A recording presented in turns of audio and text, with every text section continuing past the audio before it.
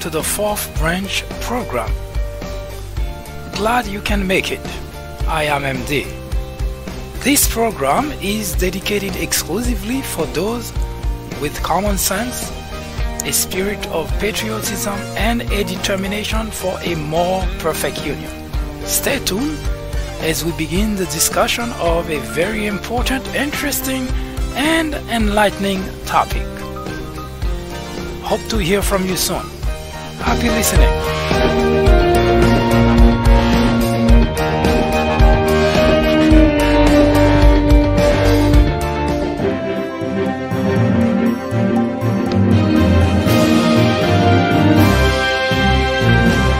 Hello everyone, I am MD and this is the 4th branch program. Welcome. Yesterday we started a discussion about a very important topic.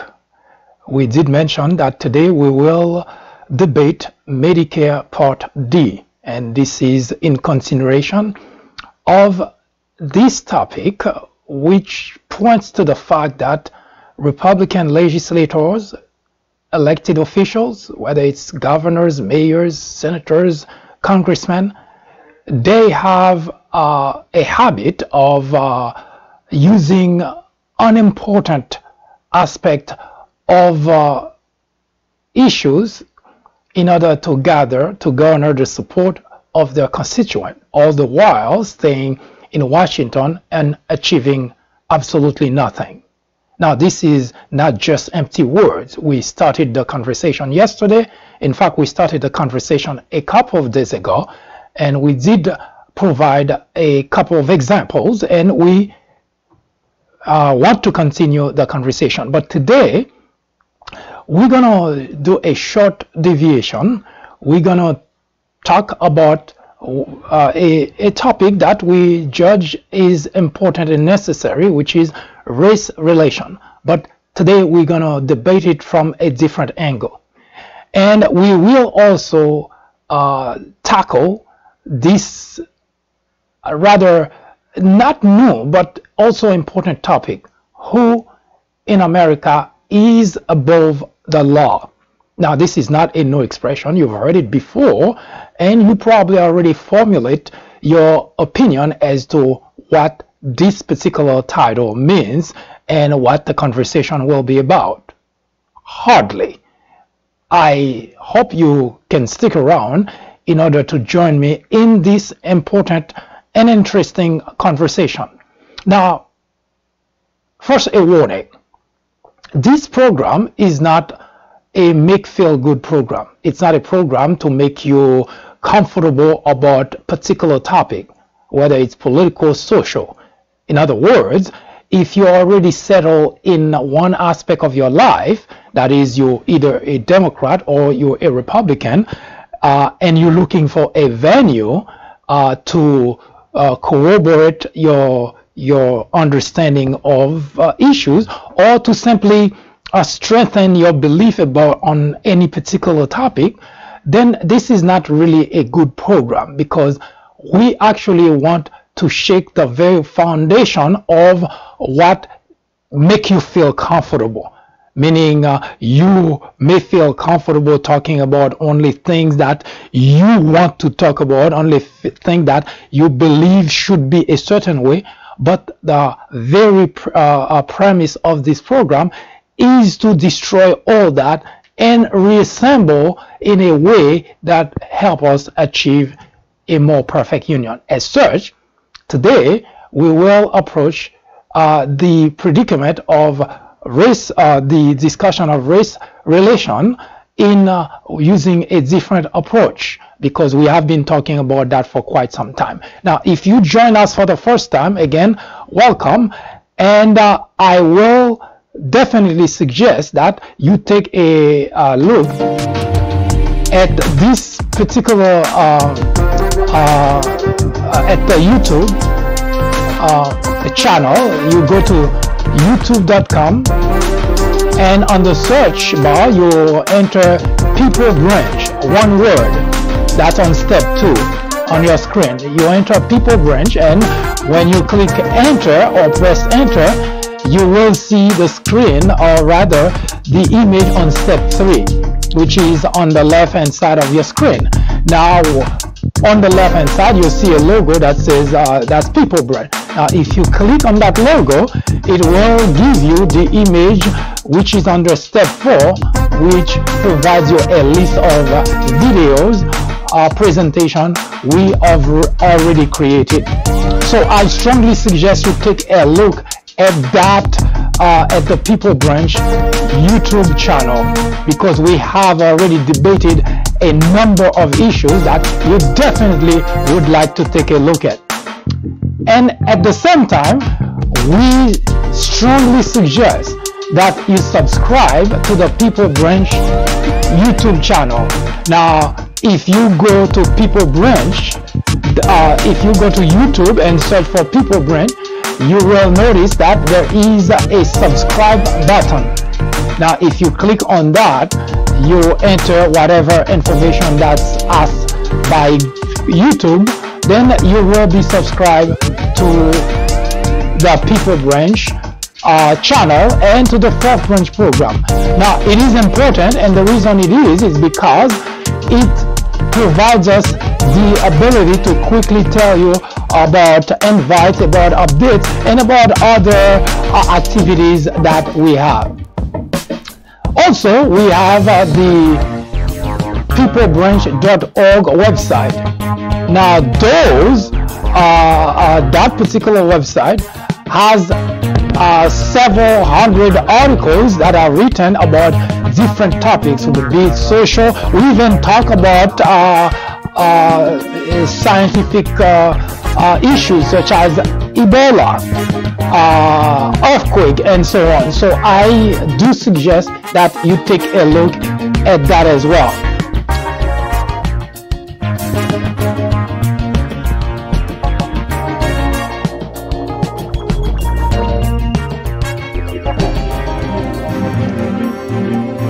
We will come back to begin the conversation about race relations. So don't go anywhere. When we return, we will look at what people who discriminate, people who are racist, people who acknowledge, people who admit that they are racist, what they think, what they say. You don't want to miss that. And this is part of, or at least an effort on our part to understand the other side of the story in order to be able to explore solution for this lingering problem right here in the United States of America, following well over a century of slavery. Don't go anywhere. Hi, I am MD, host of the 4th Branch program. War on Blacks is a topic added to the 4th Branch programming in order to discuss the intricacies, the complexities of race relation in America.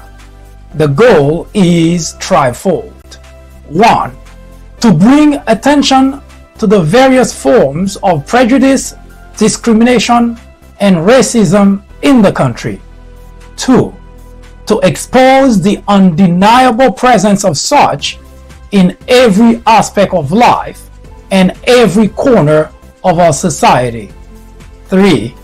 To extricate us all from the ignorance, the indifference, or the complicity.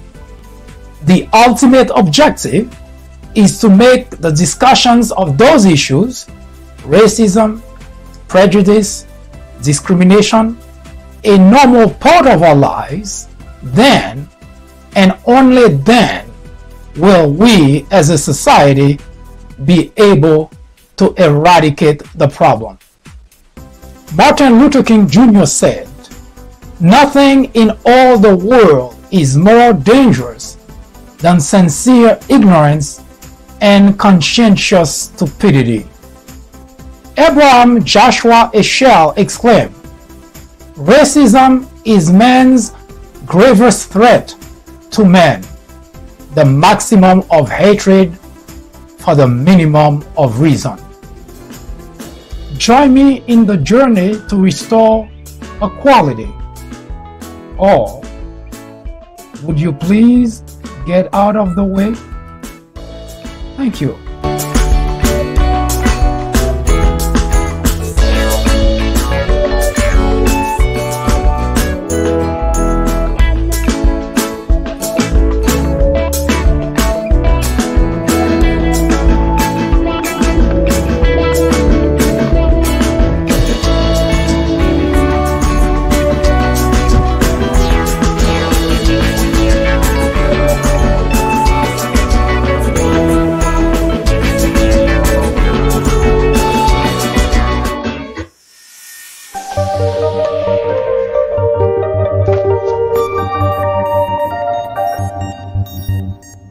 Welcome to War on Blacks, a topic in which we discuss race relation in America. If you join us for the first time, let me set the stage for you.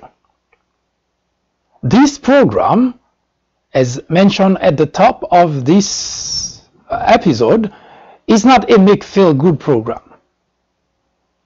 We decide to debate this issue in a way that exposes all the various elements, all the various factors that contribute to the perpetuation of this problem in America. Now, there are two types of racism, at least two different types of racism. Now, we acknowledge from the very beginning of the discussion of this topic that the reason it's so difficult to resolve, to find a solution for this lingering problem is because since the beginning of time there have always been two very distinct groups. Whites. There are millions of whites who are racist and who discriminate. There are millions of whites who are not racist, who do not discriminate. And you have, of course, blacks. Now, I remember my father always used to tell me that if you have two people, whenever you have a situation where you have two people who have to make a decision about anything, it becomes twice as difficult, and sometimes it becomes impossible to even find a common ground. Now, when you start adding to that number, look at Washington. There are only 535 members in the legislative body, 435 in Congress, 100 in the Senate. Now, there are, as I mentioned earlier, millions of whites who are racist and who discriminate, and millions of whites who are not racist who do not discriminate. Now, despite what seems to be a very straightforward the separation between those two groups, it's not so. Because even in the group that does not discriminate, you will find there are various levels of understanding of the problem. And race relation is a very complex problem. Now, that would be okay because we human beings, and we have always different level of understanding. We process information differently. Background, education, and so on, and of course your environment, the environment you grew up, all that contribute to shape your way of life, to shape your thinking. So imagine having to deal even with millions of people, although they may have this common understanding that you deal with human being as human being, even if you go at that level, it's not easy. Now, when you add the other factor, which is the group that for one reason or another discriminate, then you have a serious problem. Now, it is a conversation, as I mentioned I have mentioned many times here. It's not a conversation for a 1 day or 1 month or 1 year conversation.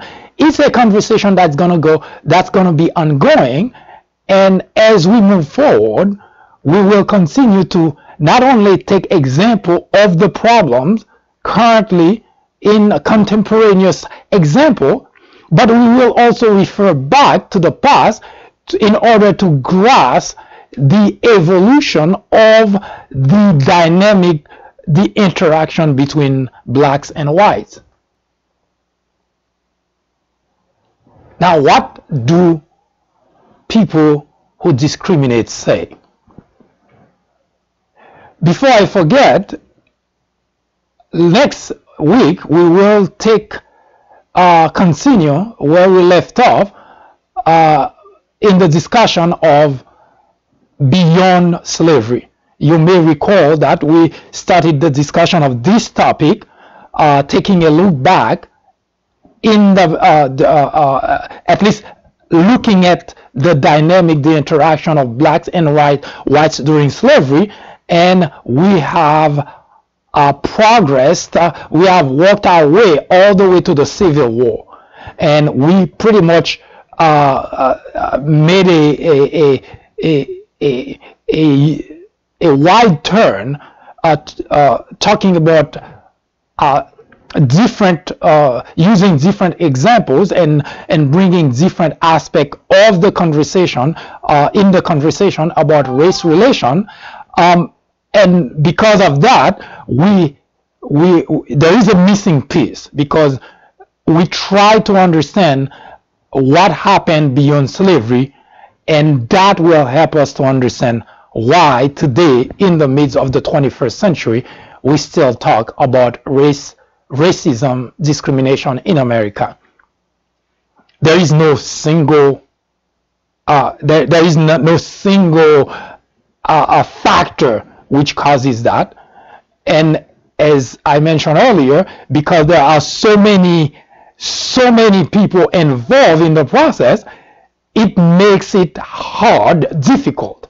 But one thing that cannot happen, that's the common denominator to resolve that the common the main at least I would say the bridge to find a solution for the problem is conversation, communication, and an understanding of the problem. So there is at no point in time that this conversation can or should stop and expect that we're going to have a solution. There is not going to be any miracle. I already mentioned that many times, as a matter of fact, for those who think, let's not talk about that because it's too much of a sensitive topic and people would not understand, people would not listen. So the best thing to do is just to leave it alone. Now, to those people, black or white, I say, we officially, the slavery ended in 1865, officially. Now, if not talking about it, if leaving it alone, we would have something would have done to put an end to it. By now, we're talking about well over a century, 100+ years. Then if that doesn't happen, how long do you expect to wait for a solution to just pop out of nowhere? The solution is not going to just come on its own. I don't mean just blacks, both blacks and white, we have to work out the solution to the problem. Now, Don't want to bore you with that, but let's take a look at the two types of racism. There is the individual racism, which is just a behavior, the action or the thought that someone has towards another person based exclusively on external factors. It's a behavior, it's a language, it's an action that someone has, usually a white individual has towards another individual, black, which is based exclusively on external factors, such as skin color. There is no other criteria that the individual who discriminates has. The only thing they have, the only knowledge that they have, at least superficially, is they can look at the other individual and see that that individual is black. That's the only information that they have. Now, the other type of racism is institutionalized racism. Institutionalized racism is a system which nurtures, which condones, which even promotes racist behavior, language, and actions. Again, institutionalized racism is a system which nurtures, condones, and yes, even promotes racist behavior, language, and action. Now, I mentioned before here, the neighbor next door who doesn't like black people doesn't affect me, doesn't impact me, and I couldn't care less. But institutionalized racism is where everyone should work towards ending that at least solving that problem. And the reason is because institutionalized racism, as mentioned in the definition, it's a system. It's a whole system. And you're going to find out, ironically, the system, society, and that's why we went as far back as slavery, in order to understand that system, society, because of needs, of some needs, the needs of the time, decided a certain way, but society is could only be successful in establishing that system with the help of the government. Keep that in mind. Because a group that discriminates, and I can take a contemporaneous example here, a group that discriminates may discriminate, but it may not be, it may not go far. It may not have as much impact. But once you have the support and the enforcement of government, law enforcement, that's when institutionalized racism becomes a problem.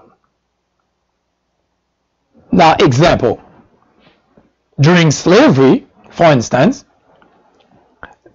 the white slave owners owned slaves, blacks. Now, again, we're not going to discuss the whole thing because we have, as we mentioned earlier, on the People Branch YouTube channel, plenty of video which address this particular topic, and it started since the period of slavery. And I strongly suggest you take a trip to the People Branch YouTube channel and start looking at those videos, because it will give really good background as to where we're going with this conversation. Now, during slavery, the white slave owners owned slaves. Now, we're not going to approach the immorality of the practice, but rather focus on a specific point. When the slave or any slave fled the scene, tried to escape slavery, now the slave owners, usually they have their henchmen, they would try to go after the slave, try to capture the slave, and so on and so forth. But as you would read in most of the most documents that talk about that period in our history, usually you have the support of the government, the support of law enforcement, because they would be involved in the chase, and they were at times involved in the execution of the slave. So in other words, society could not have made it possible for slave not to escape, but because the government supported it and the government lent a hand to the slave owners, it made it very difficult for slaves to escape slavery, because their problem was not just the slave owners. The problem, they also had to worry about being captured, being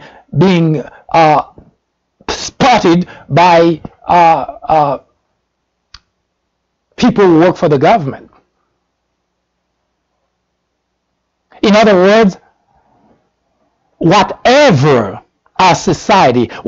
problem our society is going through, do not just look at individuals.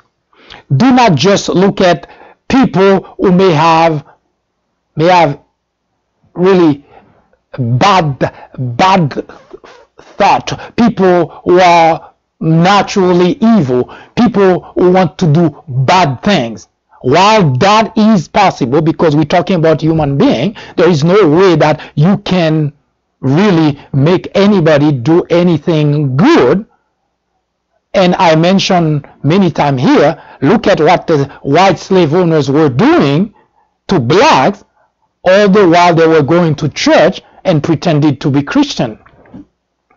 So in other words, what people do, what society decide, people in a particular community decide to do, it's very difficult to change that, because some already have their mind set on something, and there is nothing anybody can do that would change that. But everything always boils down to the government. And as we continue the conversation, we will show you voting right, civil rights, women's rights, all the way to today we're talking about LGBT. The government always the factor that helps solve the problem or exacerbate the problem.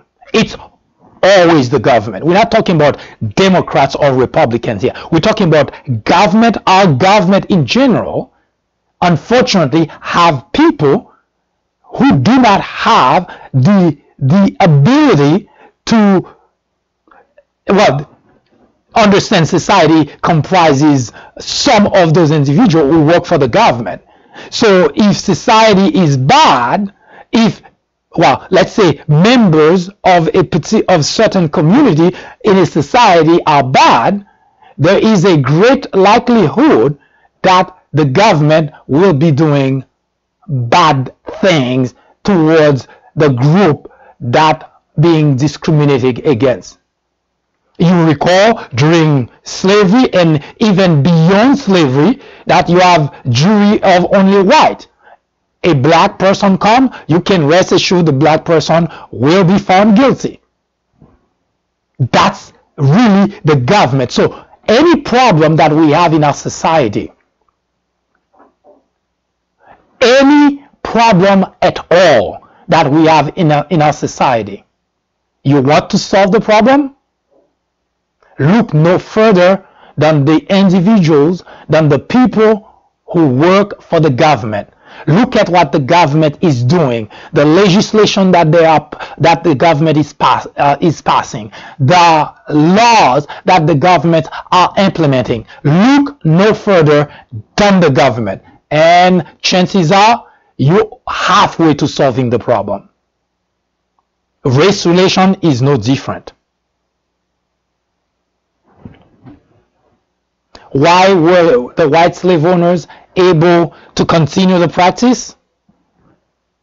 Think about it. If the government said no, then that would be it. When Abraham Lincoln said no more, what happened? Yes, there was a civil war, but the bottom line is he ended slavery. Yes, it's always the government. You don't have to be looking for everywhere for answer. You don't have to be looking everywhere to find how to solve the problem. The government, our government, the same government that says that job is for us, for we the people, are the same government that's always causing harm to a group. Sometimes it lasts a very long time, like in the case of the slaves. Almost 400 years. It's the government. So what is behind the institutionalization of racism in America, you ask? You want to take a guess? Hi, I am MD, host of the Fourth Branch program. War on Blacks is a topic added to the Fourth Branch programming in order to discuss the intricacies, the complexities of race relation in America. The goal is threefold. 1. To bring attention to the various forms of prejudice, discrimination, and racism in the country. 2. To expose the undeniable presence of such in every aspect of life and every corner of our society. 3. To extricate us all from the ignorance, the indifference, or the complicity. The ultimate objective is to make the discussions of those issues, racism, prejudice, discrimination, a normal part of our lives. Then and only then will we as a society be able to eradicate the problem. Martin Luther King Jr. said, "Nothing in all the world is more dangerous than sincere ignorance and conscientious stupidity." Abraham Joshua Heschel exclaimed, "Racism is man's gravest threat to man, the maximum of hatred for the minimum of reason." Join me in the journey to restore equality. Or would you please get out of the way? Thank you.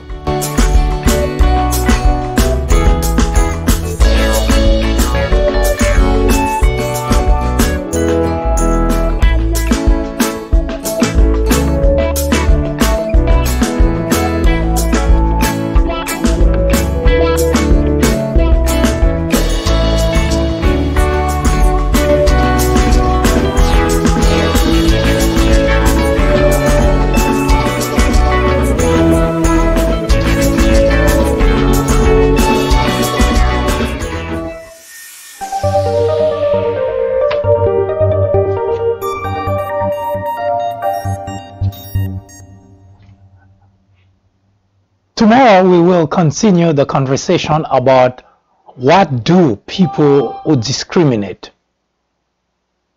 What do people who discriminate, what do they say? What reason do they give for doing so? As you probably know, on Saturdays we have this program at 10:30 a.m. and we will dedicate the whole hour to talk about that very part of this issue. What people who discriminate say, what do they give as reason for discriminating? You don't want to miss that, so mark that in your calendar that tomorrow at 10:30 a.m. we will bring you this very important part, because in order to solve this problem we have to understand the other side, what people who discriminate. And we're not talking about white supremacists, we're not talking about the KKK or white national, we're talking about regular individual you meet maybe at the workplace, wherever. Those are the people sometimes you would never know that they are racist, and yet they are. So when there is no camera rolling, they willing to speak candidly about why they behave a certain way, and one of such is why they discriminate against blacks. Now this is quite a revelation. So I hope you can join me tomorrow at 10:30 a.m. for that conversation. We're going to continue today with the second topic. Who is above the law here in America? Who? Now, the expression, no one is above the law, is an expression that we've heard over and over. We've heard it so many times, we think that's true, haven't we? It actually starts feeling almost like it's part of our life. No one is above the law. Now I'm beginning to see a pattern in the many problems that we confront as a country. And that pattern seems to be telling me that our government seems to be more a problem than a solution. I always make this, and it's not a joke, and I've seen it, I talk about it, and I'm sure that many people have experienced it.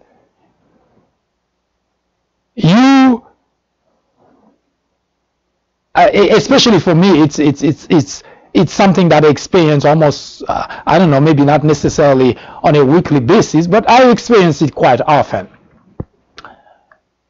If you're going through the Holland Tunnel, or through mostly the Holland Tunnel, because I don't quite see that on the Lincoln Tunnel side. That's actually those two tunnels link New York with New Jersey. And I noticed something on the Holland Tunnel side. If you travel up to probably, I'd say maybe 3-4 o'clock in the afternoon, you will find traffic. Oh, weekends included too. It really doesn't matter. On weekend it's probably worse because they change the way that they do things during the weekend. You probably would notice that during the time that the traffic lights the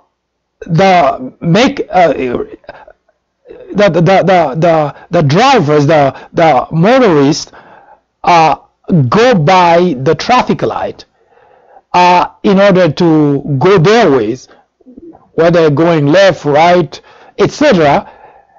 Sometimes there is traffic, but more often than not, things sort out pretty quickly. But one thing that I notice, whenever that they put cops at the close to the entrance of the tunnel, it becomes a total nightmare. Now, if you ever travel in that area 4-5 p.m. or on weekend around that time, you would understand.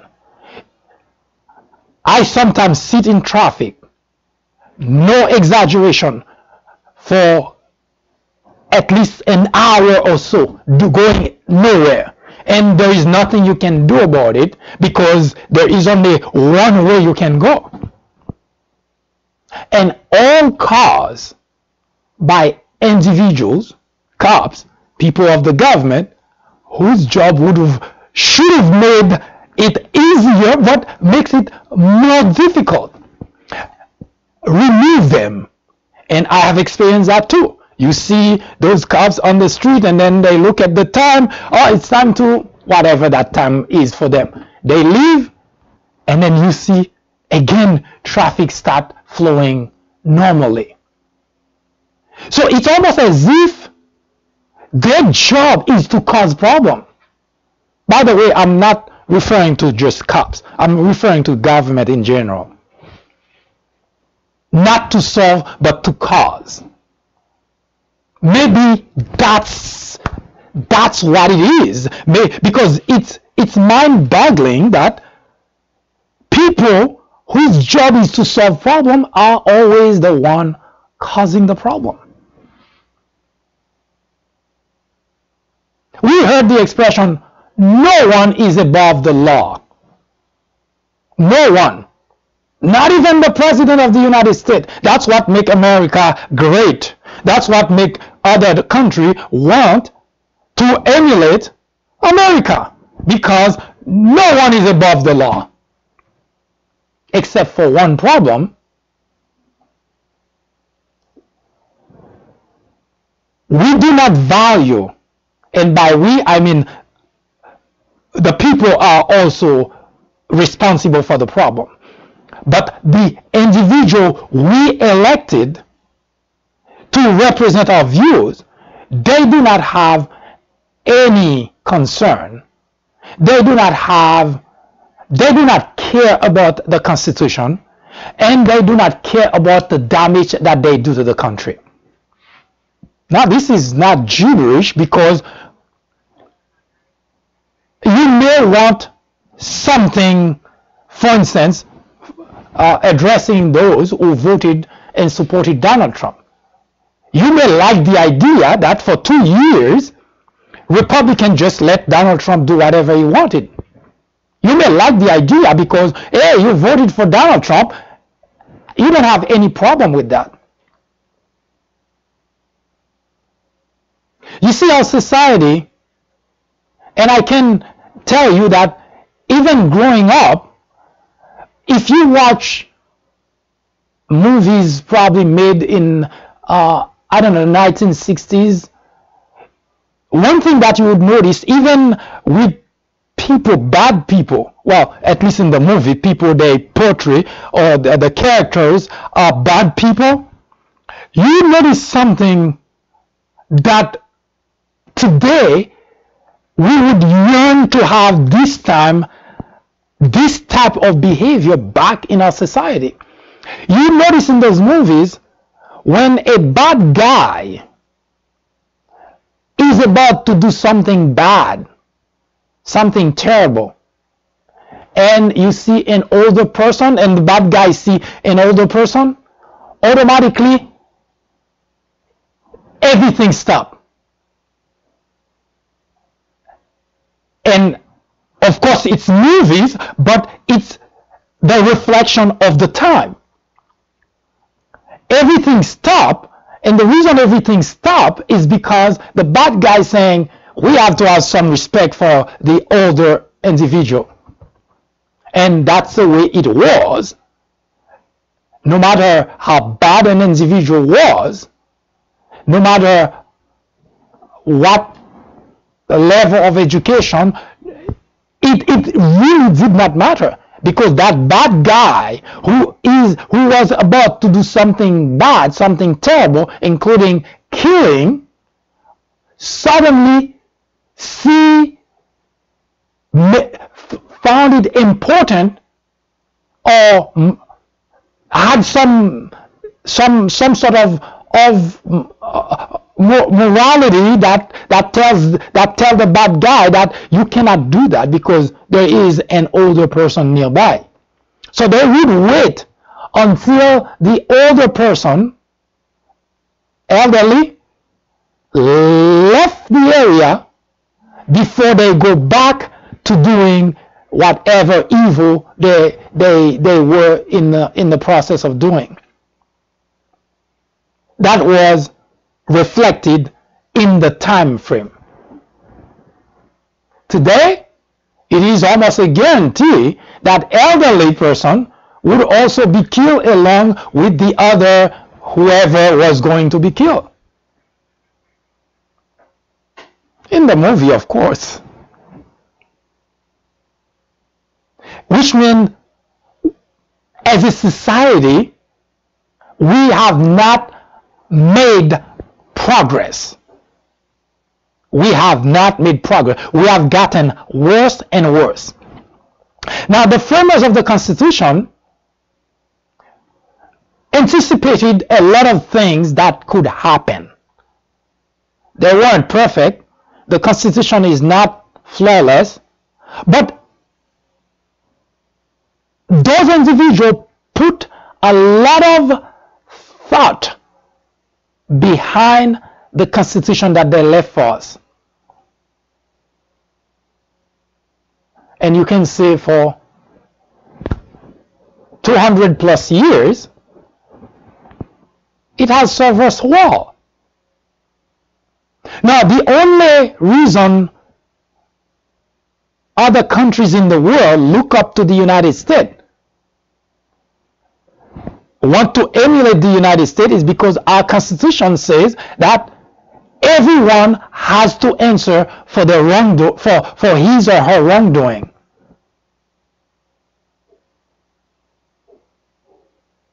However, for the past 2 years, our Constitution has been trashed, ignored,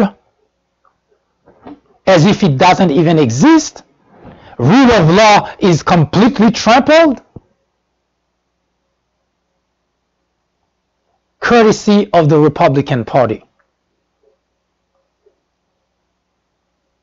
Now, when someone says no one is above the law, that means you do something wrong, you have to answer for that. That's what it means. Otherwise, there is no point of saying that. Now, whether you're a supporter of Donald Trump or not, unless you completely deprive of the ability to think, you cannot possibly not acknowledge that Donald Trump has done a lot of wrongdoing since he is occupied the Oval Office. No matter where you stand, again, unless you're completely deprived of a brain, you cannot ignore that.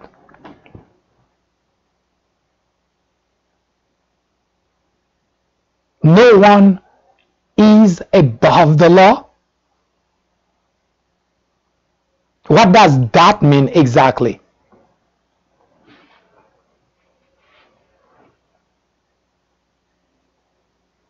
Now, here's the dilemma, and the Republican Party is not the only party responsible for the problem, by the way. That's not the only party responsible for the problem.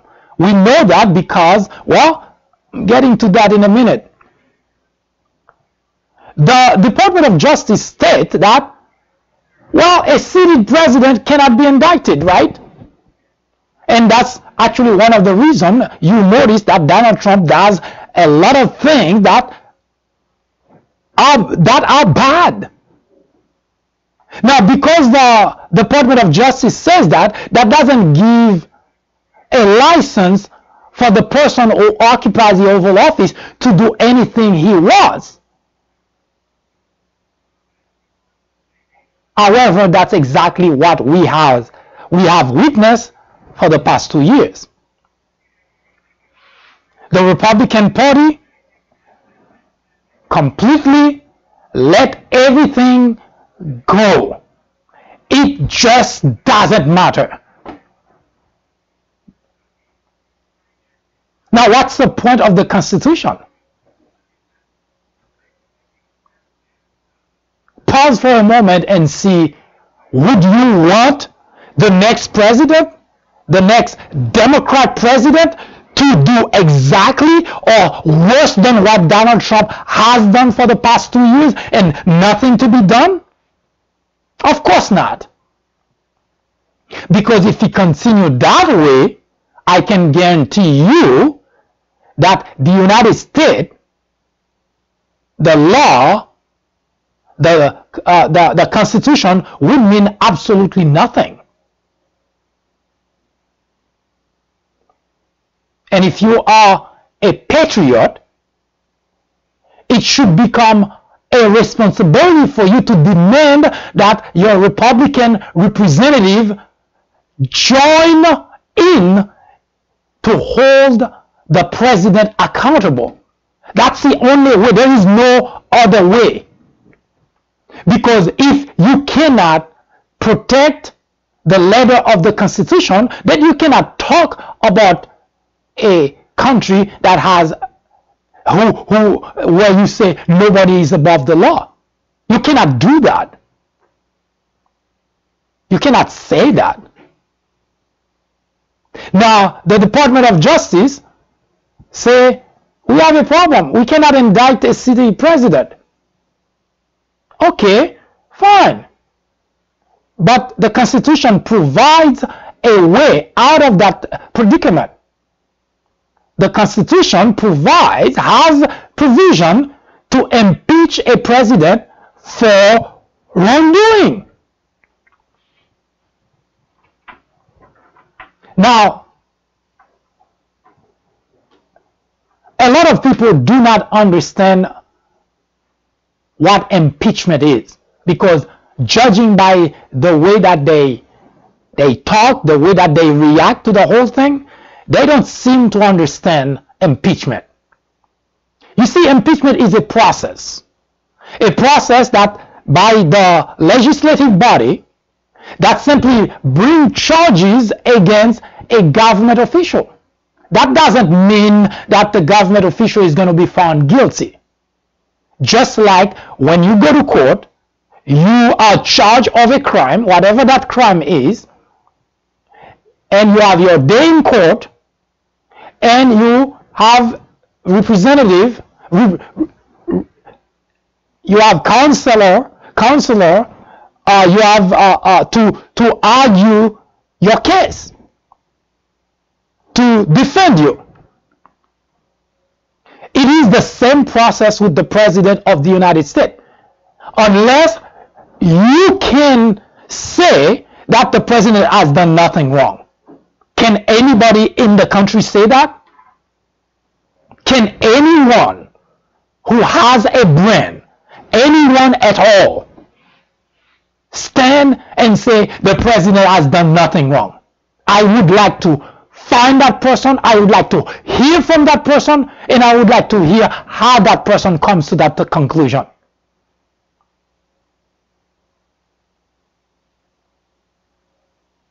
Now, for those who already can come to that conclusion, the impeachment process is required in order to safeguard the integrity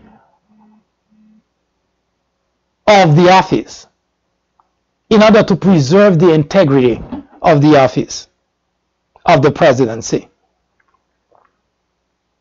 No one is above the law should not just be a sentence. Now, we have a different problem, because the past 2 years we had Republicans were in full control of both Congress and the Senate. Then, yes, we could point fingers and say, yes, this is the Republican doing.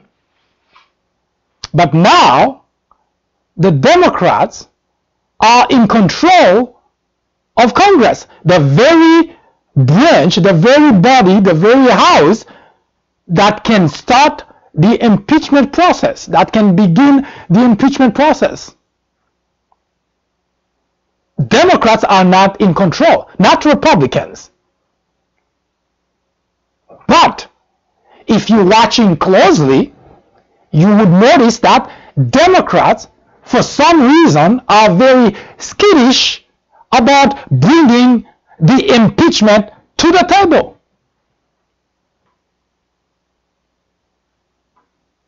Is it because they believe the president has done nothing wrong? No, that's not the reason. It's because Republicans had their own political reasons, because they want to keep their jobs. The hell with the United States, the hell with the Constitution, the hell with the rule of law, if they get to keep their job. Yes, people, that's the way politicians, those very individuals that we elected to make certain that our Constitution has some value, those same people, they just couldn't care less. Now, it's the Democrats' turn. Now, what the Democrats are worrying about, they're worrying about, well, their own job. No different than the Republicans. They worry that if they go through the process, they're going to hurt their chances for 2020. They're going to hurt their chances to regain the Senate. The hell with the Constitution. The hell with the rule of law. So it's not just the Republicans. Now, in all fairness, this comparison that I just made is not necessarily fair, because Republicans did absolutely nothing for the 2 years they were in control. At the very least, you see Democrats are doing investigation, then presumably that's the reason that they're doing those investigations, to get to that point, so that they can find what the president has done. I still see it as a cop-out, but okay. So at the very least, you have a legislative body, or at least one house in the legislative body, that's doing something that gives a semblance that we are trying to fix the problem that the Republican broke. So Republicans were completely hands off. In fact, it was even worse than that, because they too were colluded with the President of the United States to trash the Constitution, to trample the rule of law. As it stands today,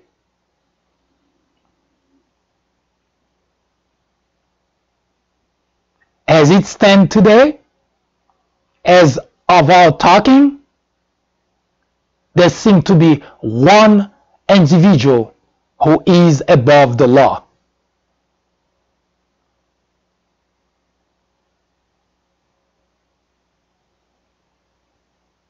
Now, no matter what you think, no matter what your affiliation, political affiliation is, no one in America can deny that Donald Trump has done some pretty bad things as President of the United States. I will leave you with the opening statement of Michael Cohen establishing just that for the nation a few days ago. Thank you for inviting me here today. I have asked this committee to ensure that my family be protected from presidential threats, and that the committee be sensitive to the questions pertaining to ongoing investigations. I thank you for your help and for your understanding. I am here under oath to correct the record, to answer the committee's questions truthfully, and to offer the American people what I know about President Trump. I recognize that some of you may doubt and attack me on my credibility. It is for this reason that I have incorporated into this opening statement, documents that are irrefutable and demonstrate that the information you will hear is accurate and truthful. Never in a million years did I imagine, when I accepted a job in 2007 to work for Donald Trump, that he would one day run for the presidency. Thank you for inviting me here today. I have asked this committee to ensure that my family be protected from presidential threats and that the committee be sensitive to the questions pertaining to ongoing investigations. I thank you for your help and for your understanding. I am here under oath to correct the record, to answer the committee's questions truthfully, and to offer the American people what I know about President Trump. I recognize that some of you may doubt and attack me on my credibility. It is for this reason that I have incorporated into this opening statement documents that are irrefutable and demonstrate that the information you will hear is accurate and truthful. Never in a million years did I imagine, when I accepted a job in 2007 to work for Donald Trump, that one day...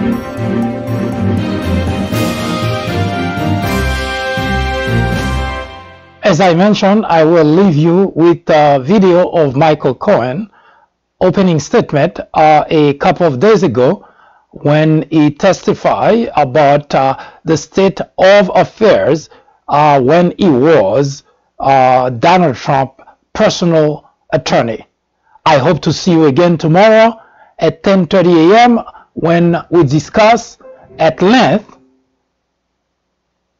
race relations in America, during which we will share with you what people who discriminate give as reason for their discriminating against blacks.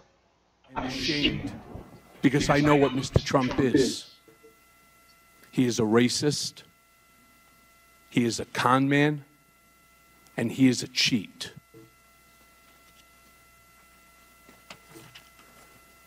He was a presidential candidate who knew that Roger Stone was talking with Julian Assange about a WikiLeaks drop on the Democratic National Committee emails. And I will explain each in a few moments. I am providing the committee today with several documents, and these include a copy of a check Mr. Trump wrote from his personal bank account after he became president to reimburse me for the hush money payments I made to cover up his affair with an adult film star and to prevent damage to his campaign. Copies of financial statements from 2011, 2012, and 2013 that he gave to such institutions such as Deutsche Bank. A copy of an article with Mr. Trump's handwriting on it that reported on the auction of a portrait of himself that he arranged for the bidder ahead of time and then reimbursed the bidder from the account of his nonprofit charitable foundation, with the picture now hanging in one of his country clubs. And copies of letters I wrote at Mr. Trump's direction that threatened his high school, colleges, and the college board not to release his grades or SAT scores. I hope my appearance here today, my guilty plea, and my work with law enforcement agencies are steps along a path of redemption that will restore faith in me and help this country understand our president better. And before going further, I want to apologize to each member, to you as Congress as a whole. The last time I appeared before Congress, I came to protect Mr. Trump. Today, I am here to tell the truth about Mr. Trump. I lied to Congress when Mr. Trump stopped negotiating the Moscow Tower project in Russia. I stated that we stopped negotiating in January of 2016. That was false. Our negotiations continued for months later during the campaign. Mr. Trump did not directly tell me to lie to Congress. That's not how he operates. In conversations we had during the campaign, at the same time I was actively negotiating in Russia for him, he would look me in the eye and tell me there's no Russian business, and then go on to lie to the American people by saying the same thing. In his way, he was telling me to lie. There were at least a half a dozen times between the Iowa caucus in January of 2016 and the end of June when he would ask me, "How's it going in Russia?" referring to the Moscow Tower project. You need to know that Mr. Trump's personal lawyers reviewed and edited my statement to Congress about the timing of the Moscow Tower negotiations before I gave it. So to be clear, Mr. Trump knew of and directed the Trump-Moscow negotiations throughout the campaign and lied about it. He lied about it because he never expected to win. He also lied about it because he stood to make hundreds of millions of dollars on the Moscow real estate project. And so I lied about it too, because Mr. Trump had made clear to me through his personal statements to me that we both knew to be false, and through his lies to the country that he wanted me to lie. And he made it clear to me because his personal attorneys reviewed my statement before I gave it to Congress. Over the past 2 years, I have been smeared as a rat by the President of the United States. The truth is much different. And let me take a brief moment to introduce myself. My name is Michael Dean Cohen, and I am a blessed husband of 24 years and a father to an incredible daughter and son. When I married my wife, I promised her that I would love her, I would cherish her, and I would protect her. As my father said countless times throughout my childhood, you, my wife, and you, my children, are the air that I breathe. So to my Laura, and to my Sammy, and to my Jake, there's nothing I wouldn't do to protect you. I have always tried to live a life of loyalty, friendship, generosity, and compassion. It's qualities my parents ingrained in my siblings and me since childhood. My father survived the Holocaust, thanks to the compassion and selfless acts of others. He was helped by many who put themselves in harm's way to do what they knew was right. And that is why my first instinct has always been to help those in need. And Mom and Dad, I am sorry I let you down. As the many people that know me best would say, I am the person that they call at 3 a.m. if they needed help. And I proudly remember being the emergency contact for many of my children's friends when they were growing up, because their parents knew that I would drop everything and care for them as if they were my own. Yet last fall, I pled guilty in federal court to felonies for the benefit of, at the direction of, and in coordination with individual number one. And for the record, individual number one is President Donald J. Trump. It is painful to admit that I was motivated by ambition at times. It is even more painful to admit that many times I ignored my conscience and acted loyal to a man when I should not have. Sitting here today, it seems unbelievable that I was so mesmerized by Donald Trump that I was willing to do things for him that I knew were absolutely wrong. For that reason, I have come here to apologize to my family, to my government, and to the American people. Accordingly, Let me now tell you about Mr. Trump. I got to know him very well, working very closely with him for more than 10 years as his executive vice president and special counsel, and then as personal attorney when he became president. When I first met Mr. Trump, he was a successful entrepreneur, a real estate giant, and an icon. Being around Mr. Trump was intoxicating. When you were in his presence, you felt like you were involved in something greater than yourself, that you were somehow changing the world. I wound up touting the Trump narrative for over a decade. That was my job. Always stay on message. Always defend. It monopolized my life. At first, I worked mostly on real estate developments and other business transactions. Shortly thereafter, Mr. Trump brought me into his personal life and private dealings. Over time, I saw his true character revealed. Mr. Trump is an enigma. He is complicated, as am I. He is both good and bad, as do we all. But the bad far outweighs the good. And since taking office, he has become the worst version of himself. He is capable of behaving kindly, but he is not kind. He is capable of committing acts of generosity, but he is not generous. He is capable of being loyal, but he is fundamentally disloyal.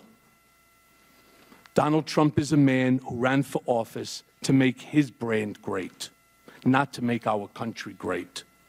He had no desire or intention to lead this nation, only to market himself and to build his wealth and power.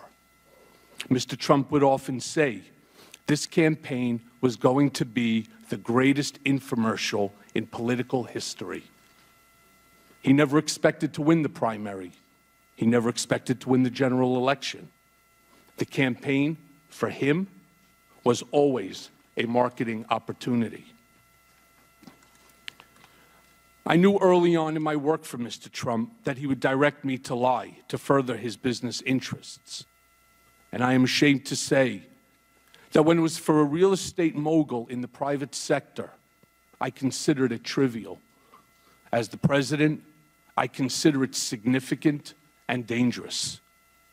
But in the mix, lying for Mr. Trump was normalized, and no one around him questioned it. In fairness, no one around him today questions it either. A lot of people have asked me about whether Mr. Trump knew about the release of the hacked documents, the Democratic National Committee emails, ahead of time. And the answer is yes. As I earlier stated, Mr. Trump knew from Roger Stone in advance about the WikiLeaks drop of emails. In July of 2016, days before the Democratic convention, I was in Mr. Trump's office when his secretary announced that Roger Stone was on the phone. Mr. Trump put Mr. Stone on the speakerphone. Mr. Stone told Mr. Trump that he had just gotten off the phone with Julian Assange, and that Mr. Assange told Mr. Stone that within a couple of days, there would be a massive dump of emails that would damage Hillary Clinton's campaign. Mr. Trump responded by stating to the effect, "Wouldn't that be great?" Mr. Trump is a racist. The country has seen Mr. Trump court white supremacists and bigots. You have heard him call poorer countries shitholes. In private, he is even worse. He once asked me if I could name a country run by a black person that wasn't a shithole. This was when Barack Obama was president of the United States. And while we were once driving through a struggling neighborhood in Chicago, he commented that only black people could live that way. And he told me that black people would never vote for him because they were too stupid. And yet, I continued to work for him. Mr. Trump is a cheat. As previously stated, I am giving to the committee today 3 years of Mr. Trump's personal financial statements from 2011, 2012, and 2013, which he gave to Deutsche Bank to inquire about a loan to buy the Buffalo Bills and to Forbes. These are Exhibits 1A, 1B, and 1C to my testimony. It was my experience that Mr. Trump inflated his total assets when it served his purposes, such as trying to be listed amongst the wealthiest people in Forbes, and deflated his assets to reduce his real estate taxes. I'm sharing with you 2 newspaper articles, side by side, that are examples of Mr. Trump inflating and deflating his assets, as I said, to suit his financial interests. These are Exhibit 2 to my testimony. As I noted, I'm giving the committee today an article he wrote on and sent to me that reported on an auction of a portrait of Mr. Trump. This is Exhibit 3A to my testimony. Mr. Trump directed me to find a straw bidder to purchase a portrait of him that was being auctioned off at an Art Hamptons event. The objective was to ensure that this portrait, which was going to be auctioned last, would go for the highest price of any portrait that afternoon. The portrait was purchased by the fake bidder for $60,000. Mr. Trump directed the Trump Foundation, which is supposed to be a charitable organization, to repay the fake bidder, despite keeping the art for himself. And please see Exhibit 3B to my testimony. And it should come as no surprise that one of my more common responsibilities was that Mr. Trump directed me to call business owners, many of whom are small businesses that were owed money for their services, and told them that no payment or a reduced payment would be coming. When I asked Mr. Trump, or when I told Mr. Trump of my success, he actually reveled in it. And yet, I continued to work for him. Mr. Trump is a con man. He asked me to pay off an adult film star with whom he had an affair and to lie about it to his wife, which I did. And lying to the First Lady is one of my biggest regrets because she is a kind, good person, and I respect her greatly, and she did not deserve that. And I'm giving the committee today a copy of the $130,000 wire transfer from me to Ms. Clifford's attorney during the closing days of the presidential campaign that was demanded by Ms. Clifford to maintain her silence about her affair with Mr. Trump. And this is Exhibit 4 to my testimony. Mr. Trump directed me to use my own personal funds from a home equity line of credit to avoid any money being traced back to him that could negatively impact his campaign. And I did that too, without bothering to consider whether that was improper, much less whether it was the right thing to do or how would it impact me, my family, or the public. And I am going to jail in part because of my decision to help Mr. Trump hide that payment from the American people before they voted a few days later. As Exhibit 5A to my testimony shows, I am providing a copy of a $35,000 check that President Trump personally signed from his personal bank account on August 1st of 2017, when he was President of the United States, pursuant to the cover-up, which was the basis of my guilty plea to reimburse me, the word used by Mr. Trump's TV lawyer, for the illegal hush money I paid on his behalf. This $35,000 check was one of 11 check installments that was paid throughout the year while he was president. Other checks to reimburse me for the hush money payments were signed by Donald Trump Jr. and Alan Weisselberg, And see for example 5B. The President of the United States thus wrote a personal check for the payment of hush money as part of a criminal scheme to violate campaign finance laws. And you can find the details of that scheme directed by Mr. Trump in the pleadings in the U.S. District Court for the Southern District of New York. So picture this scene. In February of 2017, 1 month into his presidency, I'm visiting President Trump in the Oval Office for the first time, and it's truly awe-inspiring.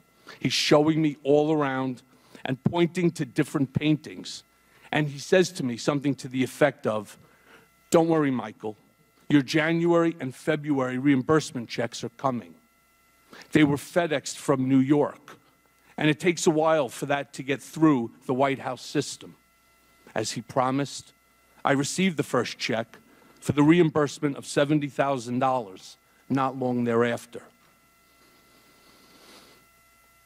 When I say con man, I'm talking about a man who declares himself brilliant, but directed me to threaten his high school, his colleges, and the college board to never release his grades or SAT scores. As I mentioned, I'm giving the committee today copies of a letter I sent at Mr. Trump's direction threatening these schools with civil and criminal actions if Mr. Trump's grades or SAT scores were ever disclosed without his permission. And these are under Exhibit 6. The irony wasn't lost on me at the time that Mr. Trump, in 2011, had strongly criticized President Obama for not releasing his grades. As you can see in Exhibit 7, Mr. Trump declared, "Let him show his records," after calling President Obama a terrible student. The sad fact is that I never heard Mr. Trump say anything in private that led me to believe he loved our nation or wanted to make it better. In fact, he did the opposite. When telling me in 2008 or 2009 that he was cutting employees' salaries in half, including mine, he showed me what he claimed was a $10 million IRS tax refund. And he said that he could not believe how stupid the government was for giving someone like him that much money back. During the campaign, Mr. Trump said that he did not consider Vietnam veteran and prisoner of war Senator John McCain to be a hero because he likes people who weren't captured. At the same time, Mr. Trump tasked me to handle the negative press surrounding his medical deferment from the Vietnam draft. Mr. Trump claimed it was because of a bone spur, but when I asked for medical records, he gave me none and said that there was no surgery. He told me not to answer the specific questions by reporters, but rather offer simply the fact that he received a medical deferment. He finished the conversation with the following comment: "You think I'm stupid? I'm not going to Vietnam." And I find it ironic, Mr. President, that you are in Vietnam right now. And yet, I continue to work for him. Questions have been raised about whether I know of direct evidence that Mr. Trump or his campaign colluded with Russia. I do not. And I want to be clear, but I have my suspicions. Sometime in the summer of 2017, I read all over the media that there had been a meeting in Trump Tower in June of 2016 involving Don Jr. and others from the campaign with Russians, including a representative of the Russian government, and an email setting up the meeting with the subject line, "Dirt on Hillary Clinton." And something clicked in my mind. I remembered being in a room with Mr. Trump, probably in early June of 2016, when something peculiar happened. Don Trump Jr. came into the room and walked behind his father's desk, which in and of itself was unusual. People didn't just walk behind Mr. Trump's desk to talk to him. And I recall Don Jr. leaning over to his father and speaking in a low voice, which I could clearly hear, and saying, "The meeting is all set." And I remember Mr. Trump saying, "Okay, good, let me know." What struck me as I looked back and thought about the exchange between Don Jr. and his father was first, that Mr. Trump had frequently told me and others that his son Don Jr. had the worst judgment of anyone in the world. And also that Don Jr. would never set up any meeting of significance alone, and certainly not without checking with his father. I also knew that nothing went on in Trump world, especially the campaign, without Mr. Trump's knowledge and approval.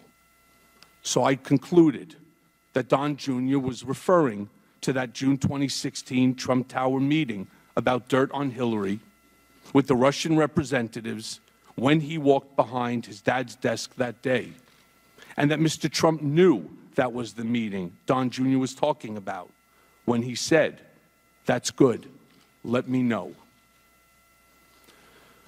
Over the past year or so, I have done some real soul searching, and I see now that my ambition and the intoxication of Trump power had much to do with the bad decisions, in part, that I made. And to you, Chairman Cummings and Ranking Member Jordan, and the other members of this committee, the members of the House and Senate, I am sorry for my lies and for lying to Congress. And to our nation, I am sorry for actively working to hide from you the truth about Mr. Trump when you needed it most. For those who question my motives for being here today, I understand. I have lied, but I am not a liar. And I have done bad things, but I am not a bad man. I have fixed things, but I am no longer your fixer, Mr. Trump. And I am going to prison and have shattered the safety and security that I tried so hard to provide for my family. My testimony certainly does not diminish the pain that I have caused my family and my friends. Nothing can do that. And I have never asked for, nor would I accept, a pardon from President Trump.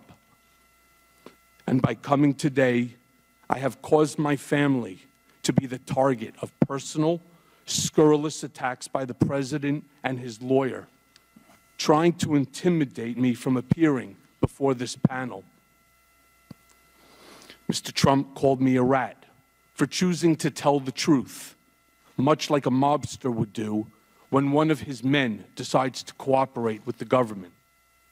And as Exhibit 8 shows, I have provided the committee with copies of tweets that Mr. Trump posted, attacking me and my family. And only someone burying his head in the sand would not recognize them for what they are. It's encouragement to someone to do harm to me and my family. And I never imagined that he would engage in vicious, false attacks on my family and unleash his TV lawyer to do the same. And I hope this committee and all members of Congress on both sides of the aisle make it clear that as a nation, we should not tolerate attempts to intimidate witnesses before Congress, and attacks on family are out of bounds and not acceptable. And I wish to especially thank Speaker Pelosi for her statements, and it's Exhibit 9, to protect this institution and me, and the chairman of the House Permanent Select Committee on Intelligence, Adam Schiff, and you, Chairman Cummings, for likewise defending the institution and my family against the attacks by Mr. Trump, and also the many Republicans who have admonished the president as well. I am not a perfect man. I have done things I am not proud of, and I will live with the consequences of my actions for the rest of my life. But today, I get to decide the example that I set for my children and how I attempt to change how history will remember me. I may not be able to change the past, but I can do right by the American people here today. And I thank you for your attention, and I'm happy to answer the committee's questions.